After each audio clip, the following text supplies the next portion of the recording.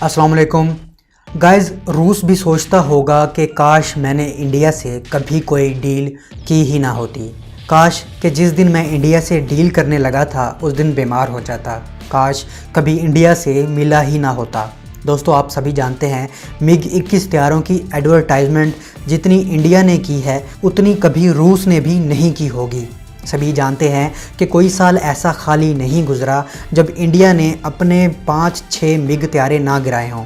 अब चूँकि इंडिया के पास MiG-21 ख़त्म होने वाले हैं तो अब बारी है हेलीकॉप्टर्स की।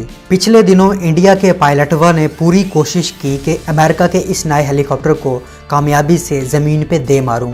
क्रैश लैंडिंग हुई लेकिन टेक्नोलॉजी नई और अच्छी थी इसलिए बच गई।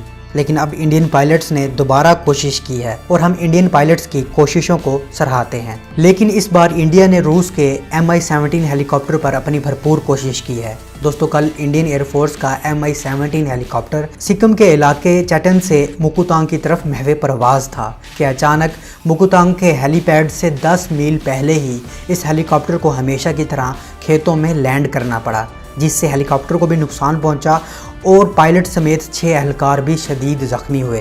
इन 6 एहलकारों में से 4 एयरफोर्स के थे और 2 इंडियन आर्मी के थे, जो कि चाहते तो थे कि हम अपने खालिक हकीकी से जा मिलें, लेकिन हो सकता है कि खालिक हकीकी ने उनकी किसी और तरह से लिखी हो।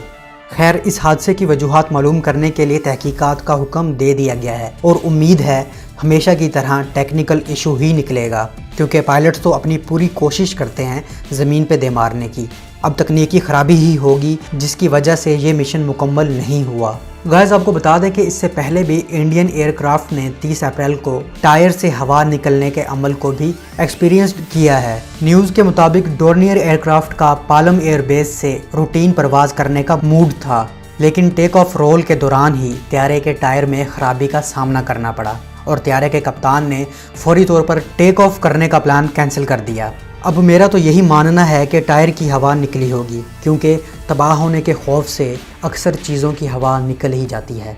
गाइस, इससे पहले 17 अप्रैल को इंडियन एयरफोर्स ने अमेरिका से ख़रीदे हुए न्यू अपाचे हेलीकॉप्टर को इंडियन पंजाब के होशियारपुर के खेतों में होशियारी से क्रैश लैंडिंग करवाई और सेम इसी हफ्ते इंडियन हेलीकॉप्टर चीता कोविड-19 के टेस्ट सैंपल लेह से चंडीगढ़ लेके जा रहा था कि उत्तर प्रदेश के बागपत के एक्सप्रेस वे पर इमरजेंसी लैंडिंग करवाना पड़ी। अब पता नहीं ये हेलीकॉप्टर थक गया था या कोई और वजह थी। लेकिन दोस्तों, इंडिया को इस बात पर दाद ज़रूर देनी चाहिए कि इंडिया के अपने बनाए गए हेलीकॉप्टर्स या एयरक्राफ्ट की कभी क्रैश लैंडिंग की खबर नहीं आई, क्योंकि इंडिया ने कभी उनको उड़ाया ही नहीं है। ना उड़ाएंगे ना बदनाम होंगे।